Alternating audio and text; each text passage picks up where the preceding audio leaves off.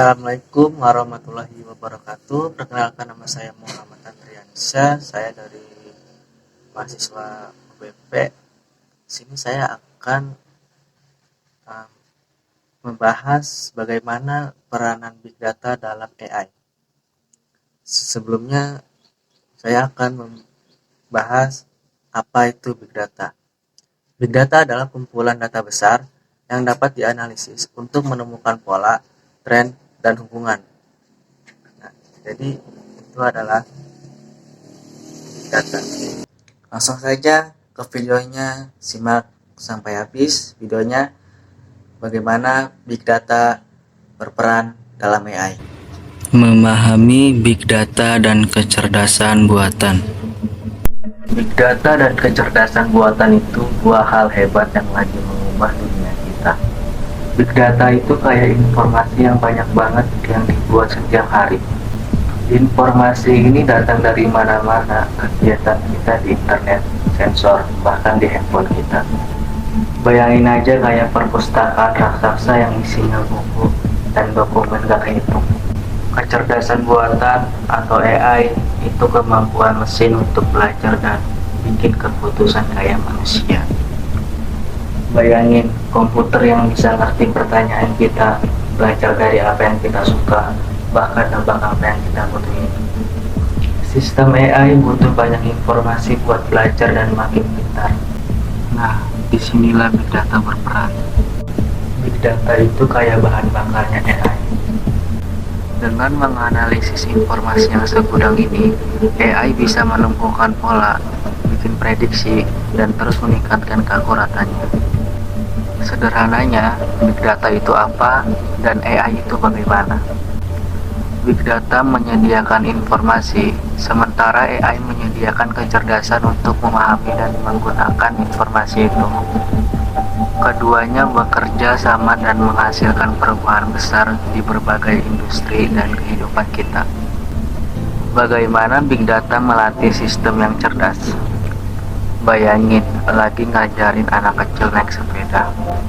Kita nggak cuma kasih buku tentang bersepeda kan? Mereka belajar dengan melihat, latihan, dan membenarkan kesalahan mereka. Sama juga sistem AI belajar dari data. Big Data menyediakan data yang banyak banget buat ngelatih model AI. Model-model ini kayak murid yang semangat belajar dari contoh. Makin banyak data yang mereka terima, makin jago mereka mengenali pola dan bikin prediksi yang akurat. Contohnya, sistem AI yang dirancang untuk mendeteksi transaksi kartu kredit yang curang. Sistem ini bisa dilatih pakai data transaksi yang lalu, baik yang asli maupun yang curang. Dengan menganalisis data ini, model AI belajar mengidentifikasi pola dan keanehan yang nunjukin aktivitas curang. Proses pelatihan model AI melibatkan pemberian data yang udah diberi label. Artinya, data tersebut udah ditandai dengan jawaban yang benar. Misalnya, dalam contoh pendeteksian penipuan kartu kredit, setiap transaksi dalam data aset pelatihan akan diberi label curang atau asli. Saat model AI memproses data berlabel ini, dia menyesuaikan parameter internalnya untuk meningkatkan akurasinya dalam mengidentifikasi transaksi curang. Semakin banyak data yang dianalisis, semakin baik kemampuannya dalam membedakan antara aktivitas yang sah dan yang curang. Aplikasi AI berbasis Big Data. Dampak Big Data dan AI sudah terasa di berbagai industri, mengubah cara kita hidup, bekerja, dan berinteraksi dengan dunia di sekitar kita. Rekomendasi yang disesuaikan, pernah kepikiran gimana platform online kayaknya tahu film atau barang belanjaan yang kita suka. Big Data dan AI adalah kekuatan di balik rekomendasi yang sesuai dengan kita. Dengan menganalisis perilaku kita sebelumnya, AI bisa memprediksi apa yang mungkin kita suka dan menawarkan saran yang pas. Kemajuan kesehatan di bidang kesehatan, Big Data dan AI digunakan untuk mengembangkan obat baru, mendiagnosis penyakit lebih awal, dan menyesuaikan rencana perawatan. Sistem yang didukung AI dapat menganalisis gambar medis seperti Röntgen dan MRI dengan akurasi yang lebih tinggi daripada manusia, membantu diagnosis yang lebih cepat dan tepat. Prediksi keuangan Big Data dan AI adalah alat penting dalam industri keuangan, memungkinkan penilaian resiko yang lebih akurat, deteksi penipuan, dan prediksi investasi.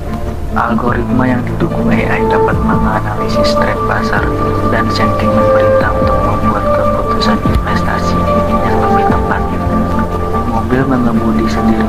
Perkembangan mobil self-driving sangat bergantung pada Big Data dan AI. Kendaraan ini menggunakan sensor untuk mengumpulkan data tentang lingkungan sekitarnya, dan algoritma AI memproses data ini secara real-time untuk membuat keputusan mengemudi, menavigasi jalan, menghindari rintangan. Ini cuma beberapa contoh bagaimana Big Data dan AI mengubah dunia kita. Seiring perkembangan teknologi ini, kita bisa berharap akan muncul banyak aplikasi inovatif yang semakin mengaburkan batas antara dunia fisik dan digital.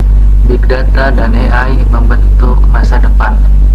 Kerjasama antara Big Data dan AI masih dalam tahap awal, tetapi potensinya tak terbatas. Seiring kemajuan teknologi ini, kita bisa mengharapkan perubahan yang lebih besar lagi di tahun-tahun mendatang. Salah satu area perkembangan yang menarik adalah munculnya AI yang bisa dijelaskan. Sistem AI saat ini seringkali beroperasi seperti kotak hitam, membuat keputusan yang sulit ditafsirkan oleh manusia. AI yang bisa dijelaskan bertujuan untuk membuat proses pengambilan keputusan AI lebih transparan dan mudah dipahami, sehingga menumbuhkan kepercayaan dan adopsi yang lebih luas. Area lain yang menjanjikan adalah konvergensi AI dengan teknologi baru lainnya, seperti Internet of Things atau IoT dan Edge Computing. Konvergensi ini akan menghasilkan sistem yang lebih cerdas dan saling terhubung, dari rumah dan kota pintar hingga kendaraan otonom dan solusi perawatan kesehatan yang dipersonalisasi. Namun, meningkatnya kekuatan Big Data dan AI juga menimbulkan kekhawatiran etis tentang privasi, bias, dan hilangnya pekerjaan. Penting untuk mengatasi masalah ini secara proaktif dan memastikan bahwa teknologi ini dikembangkan dan digunakan secara bertanggung jawab untuk kepentingan seluruh umat manusia. Masa depan yang dibentuk oleh Big Data dan AI penuh dengan kemungkinan dan tantangan. Dengan pendekatan kolaboratif yang melibatkan pembuat kebijakan, pemimpin industri, dan publik, kita dapat memanfaatkan kekuatan teknologi ini untuk menciptakan masa depan yang lebih adil, efisien, dan inovatif bagi semua orang. Nah, gimana setelah menonton video yang tadi? Apakah kalian tertarik untuk mempelajarinya?